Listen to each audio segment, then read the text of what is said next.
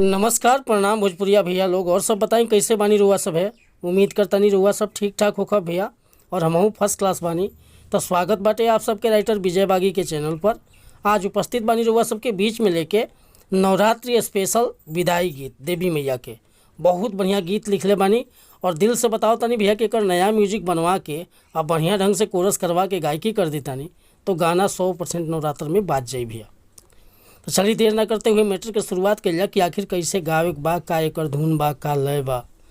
लेकिन video start करे से पहले भी एगो बात बतावल चाहब कि रुआ अगर नया सिंगर बानी आ सिंगिंग में इंटरेस्ट बा, अच्छा मैटर के तलाश में भटकतानी, सही ढंग के गीत नहीं खे मिलत, बढ़िया तुकबंदी नहीं खे मिलत, चाहे मनपसंद के मीटर नहीं खे मिलत, तो भैया अगर हमारा चैनल पर आ गए बानी तो एकदम निश्चिंत रही, निराश भैया की जरूरत नहीं खे।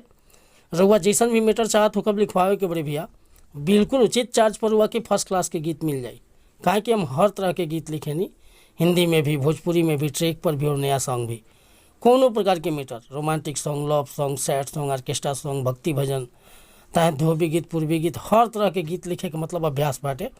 रुआ जैसन भी मीटर चाहत होकब लिखवावे के बिल्कुल उचित चार्ज पर हुआ के गाना मिली।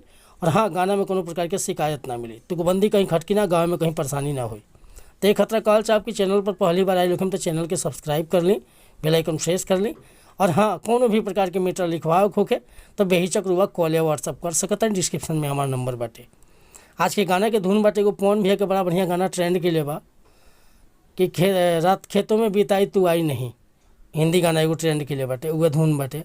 देखिए कैसे गाओ के बा गीत के कि हमसे सहाई न जुदाई माई, हमसे सहाई न जुदाई माई, बोल कैसे करी तोहर विदाई माई।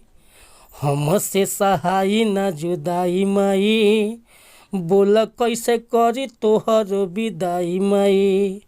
याद तोहर बहुत रोवाई माई, याद तोहर बहुत रोवाई माई, बोल कैसे करी तोहर विदाई माई। हमसे सहाई ना जुदाई माई, अब बोल कैसे करी तोहर विदाई माई। तो भैया अगर हमसे गाँव में कोनो त्रुटि भली तो क्षमा चाहता नहीं। रउआ एकरा के बढ़िया से अभ्यास करके आज यहाँ पवन भैया गोले बनी वो तरह के गा देता नहीं, म्यूजिक बढ़िया मिल जाता तो नवरात्र में ये गीत बच जाए भैया। मैटर पसंद होके रुआ फुल सॉन्ग लिखवावे के चाहता नहीं तो बेहिचक कॉल या व्हाट्सअप कर सके नहीं। हमारे व्हाट्सअप के नंबर बाटे 8874473128। कोनो प्रकार के मीटर लिखवावे खता चाहे नया म्यूजिक बनवावे खता रुआ कॉल या व्हाट्सअप कर सकता नहीं। मिलता नहीं फिर से अगला वीडियो में। वीडियो पसंद आई तो लाइक करब, कमेंट करब। आज चैनल पर पहली बार आए तो चैनल के सब्सक्राइब कर ले। जय हिंद, जय भारत, जय भोजपुरी समाज, हर हर महादेव।